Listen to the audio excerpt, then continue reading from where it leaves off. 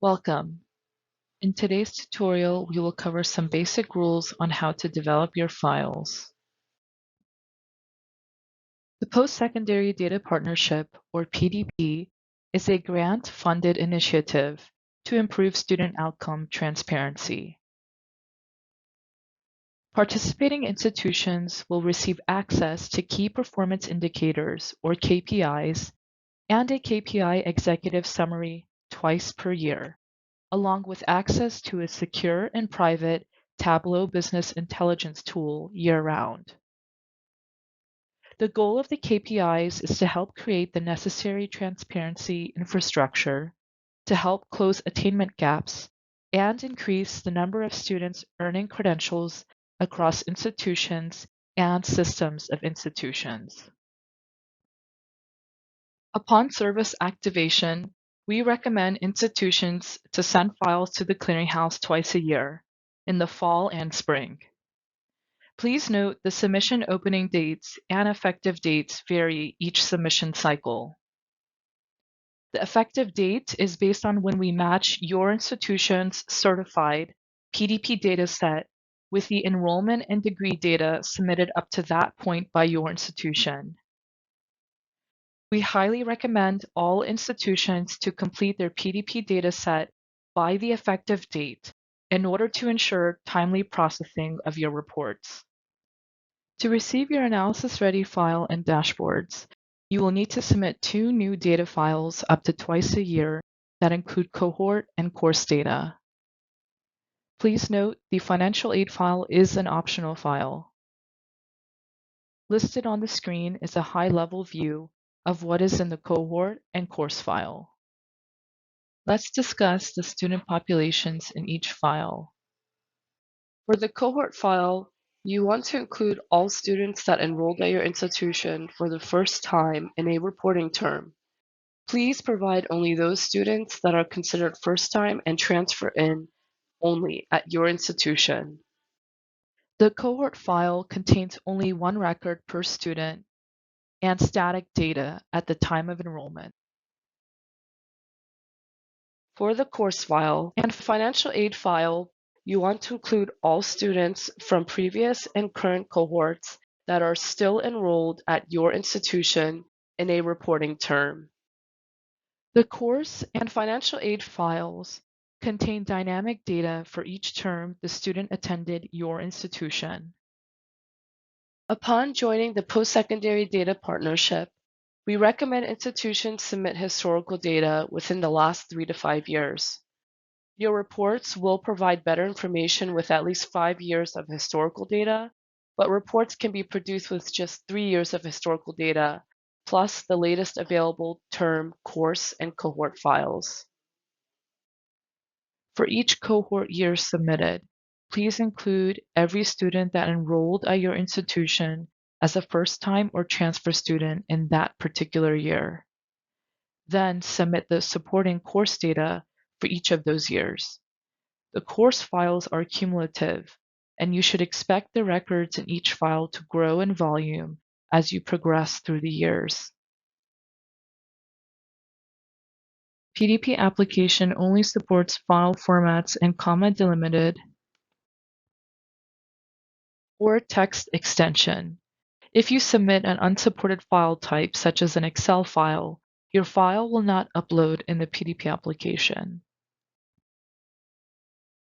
To begin creating your files, please open your file in Excel or the application you are using to build your files. If you are using Excel, please make sure to have a working file saved to make any edits before you save and submit the file in CSV format. The file naming convention must include your PDP-specific FTP username as a prerequisite to the file name of your choice. This will ensure that your file will be picked up by the clearinghouse. If you do not receive an automated email after submitting a file, please check that you provided your FTP username. Now that we have named the file, we will now decode the data definition table in the submission guide in order to create your files. Here is the glossary for file structure. The sequence number field is optional, which means that the order in which the data fields and column names appear in your file do not need to follow a specific order. However, the record type values, such as DCE01, DCE02, DCE03, CH1, D1, and T1 are special. They need to be the first field in the row, otherwise you will receive an invalid record type error. The variable name is only found in the header and trailer sections. It is not the column header row. The NSC format indicates what type of characters are allowed for each data element. String means any character goes. Enumerated is a constrained field that only accepts certain values. The NSC length column indicates the maximum amount of characters allowed in a given field. The definition is a written description of the field. Some are very brief, others, such as the cohort field, are very descriptive, so please read these carefully. The required field indicates which fields are required. Y is required, N is not required or optional, and CY is conditionally required. The allowed values column specifically applies to enumerated fields and in some cases in other fields. This will tell you exactly what values you are allowed to enter in a set field. For example, for an alpha-only formatted field, it may indicate some special characters or spaces are allowed, so please pay attention to this field. In some of the required fields, such as course SIP, we allow the value of missing if the data is not available.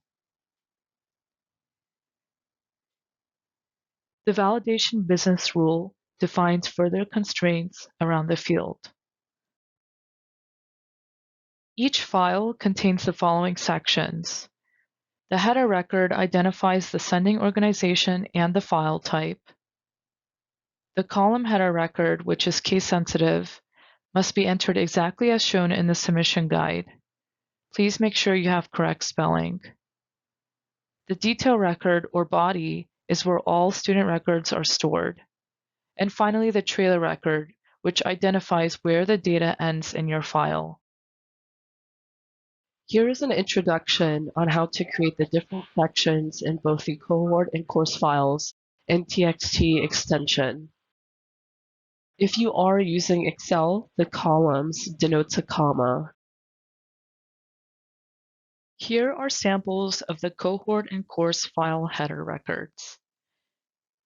These are the record type values. They must always be the first field in the record. The service account number was provided to you during your onboarding. If the service account number is not provided, your file will not upload in the PDP application. The organization ID is your 6-digit OPE ID for institutions. For systems, it is your org ID. You must enter 2 zeros in the branch code field. Next are the filler fields. Please leave these fields blank. The file certified date is the date in which the file is submitted to the clearinghouse. The filler fields. The client file ID, which can be any unique internal identifier, followed by additional filler fields. The next row of data is the column header record. A sample of the column header record is provided. The column header labels need to be populated exactly as shown in the submission guide. This row contains the labels for all of the columns for the detail rows, and the first entry is always CH1. The column header labels are case sensitive, and you need to have correct spelling. Not adhering to these criteria will cause a structural file error. Here is a sample of an entire cohort file. Each detail record must begin with D1 as shown. The trailer record must always begin with T1, and the total record count field should be the sum of all rows of data, including the trailer record. Please make sure you are referring to the latest submission guide, as the data fields may change. Here is a sample of an entire course file. The record type values remain the same as the cohort file, except for the value in the header record, which begins with DCE02. Please note, if a field contains a comma, wrap the contents of the data element with double quotation marks. For example, the first name John Jr. should be entered as open quotation mark, John, comma, Jr., close quotation mark. This rule applies to all data fields. Do not leave a required field blank or enter a null value. Doing so will cause your file to fail. Please check if there are values listed in the definitions and the allowed values columns. Some required fields allow you to populate the field with the word missing or UK, which indicates unknown, such as the gateway status fields in the cohort file and the course SNP field in the course file. To avoid your file from being rejected in the PDP system, please make sure there are no blank rows in your file. Now it is time to submit your files. Please go to the link on the screen and log in with your PDP-specific FTP account. Should you need instructions on how to upload your files to the secure FTP site, see the PDP FTP Access lesson shown under the Access Management subsection of the PDP course for quick instructions on how to successfully upload your PDP files via secure FTP. If your file was successfully submitted, you will receive an automated receipt email indicating that your file was received by the clearinghouse. If you submitted a file and received a receipt confirmation email that the file was successfully uploaded, but did not receive the automated email on the status of your file, meaning pass or fail, a database error may have occurred. This error is different from the structural and field level validation errors. Please check all fields in your file to ensure they do not exceed the maximum character length of 255 characters. If the issue occurs with your course file, please pay special attention to the course description field. To resolve this error, please shorten the field in question and resubmit your file to the clearinghouse. Next, you will receive another automated email on the status of your files. Here is a sample of a structural error email. Structural errors are reported one at a time, which means you will need to correct and resubmit the error in order for the file to continue processing. If your file has no structural errors, the system will then check for any field level errors. Here is a sample of an automated field level error email. This is a sample of an automated past email.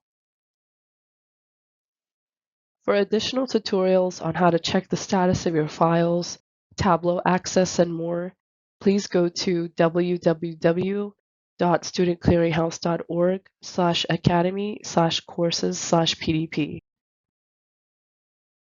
If you have any questions or need assistance, please reach out to the PDP team at pdpservice@studentclearinghouse.org.